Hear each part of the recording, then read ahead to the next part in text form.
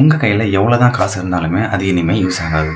இதுக்கு முன்னாடி நிறைய நடந்திருக்குது, ஆனால் இதுதான் பிரச்சனை. ஏன் தெரிஞ்சதுக்கு முன்னாடி நம்ம சேனலை சப்ஸ்கிரைப் பண்ணிக்கோங்க. ரிசர்வ் பேங்க் ஆஃப் இந்தியா, அதாவது RBI நிறுவனம் புதுசாக நிறைய திட்டங்களை வெளியே விட்டுருக்காங்க. முதலாவது நம்ம கிட்ட இருக்கிற கரன்சி எல்லாத்தையுமே பிளாஸ்டிக்காக மாற்ற போகிறாங்க. இது எதனாலன்னா நம்ம கிட்ட இருக்கிற நோட்டு எல்லாமே சீக்கிரமாகவே கெட்டு போயிடும். இதோட டியூரேஷன் ரொம்ப கம்மியாகவே இருக்கும்.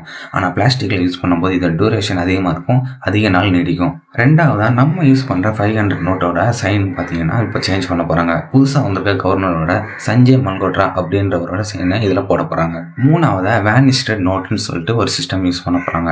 எதனாலனா நம்ம கிட்ட இருக்க நோட்டு வந்து தண்ணி பட்டாலோ கரை பட்டாலோ உடனே கிழிஞ்சிரும். ஆனால் இந்த கோட்டிங் யூஸ் பண்ணுறதுனால இதோட டியூரபிலிட்டி இன்னும் இன்க்ரீஸ் ஆகும். நாலாவதாக நம்ம யூஸ் பண்ணுற 500 நோட்டு எல்லாமே இப்போ ஃபேக்காக நிறைய வர ஆரம்பிச்சு. இதை கண்ட்ரோல் பண்ணுறதுக்காக செக்யூரிட்டி ஃபீச்சர்ஸை இன்னும் இம்ப்ரூவ் பண்ணியிருக்காங்க.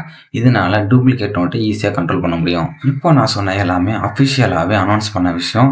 ஆனால் இதை சோஷியல் மீடியாவில் இன்னும் நிறைய பேர் தப்பாகவே புரிஞ்சுக்கிட்டு தப்பான பதிலை சொல்லிட்டு இருக்காங்க. இந்த வீடியோவை உங்கள் ஃப்ரெண்ட்ஸுக்கு ஷேர் பண்ணிட்டு நம்ம வீடியோக்கு ஒரு லைக் பண்ணிடுங்க.